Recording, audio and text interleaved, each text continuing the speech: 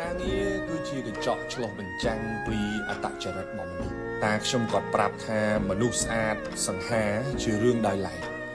តែបើចង់ដឹងពីចរិតពិតរបស់គេទៅមើលការងារដែលគេធ្វើទៅដឹងហើយមនុស្សធ្វើការហ្មត់ចត់ជីវិតរបស់គេក៏ហ្មត់ចត់ដែរ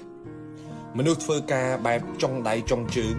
ជីវិតរស់នៅរបស់គេក៏មិនគួរឲ្យទុកចិត្តដែរចុងដៃចុងជើងដូចគ្នាមនុស្សធ្វើការឡប់ឡែជីវិតរបស់គេក៏ឡប់ឡែដូចតែគ្នាដែរនិយាយទៅកិច្ចការមួយវាឆ្លុះបញ្ចាំងពីចរិតមនុស្ស70ទៅ80%ហើយជាមួយការងារកាលពីខ្ញុំនៅតូចលោកតាគាត់បង្រៀនថាការងារអីក៏ដោយបើស្រឡាញ់ចាំធ្វើបើមិនស្រឡាញ់កុំធ្វើហើយបើបានជាធ្វើហើយត្រូវតែគោរពឲ្យតម្លៃការងារនោះគាត់ថាការងារវាលើកមុខមនុស្សតែការងារវាក៏លក់មុខមនុស្សដូចគ្នាកាន់ការងារតូចក៏ដោយធំក៏ដោយត្រូវធ្វើវាឲ្យមាំកុំធ្វើលេងគាត់ប្រាប់ថាមានការងារធ្វើត្រូវគិតរឿង3ដូចមុំចក្រានអញ្ចឹងហើយកុំភ្លេចខ្លួនឲ្យសោះទី1គាត់ផ្ដាំថាបើធ្វើការមានការងារធ្វើត្រូវធ្វើឲ្យលឿនកុំធ្វើសើកកុំធ្វើមើកធ្វើឲ្យដូចខ្លាចគេដដើមធ្វើអញ្ចឹងរៀនធ្វើការឲ្យលឿនឱកាសយើងមានច្រើនជាងអ្នកដទៃគេធ្វើបានមួយ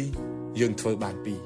ហើយបើថ្ងៃណាមួយគេត្រូវដកមនុស្សចោលគេមិនដកយើងធ្វើបានពីរនឹងទេគេដកអ្នកធ្វើបានមួយ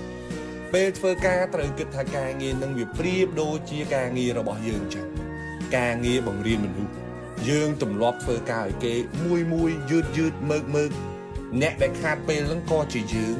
ហើយអ្នកបង្កើតទម្លាប់អាក្រក់នៃការធ្វើការហ្នឹងក៏ជាយើងដូចគ្នាហើយបើថ្ងៃណាមួយយើងចេញទៅរកស៊ីខ្លួនឯងអាបបពិសោធន៍ធ្វើការមើកមួយហ្នឹងគឺមានពេញខ្លួនតែម្ដង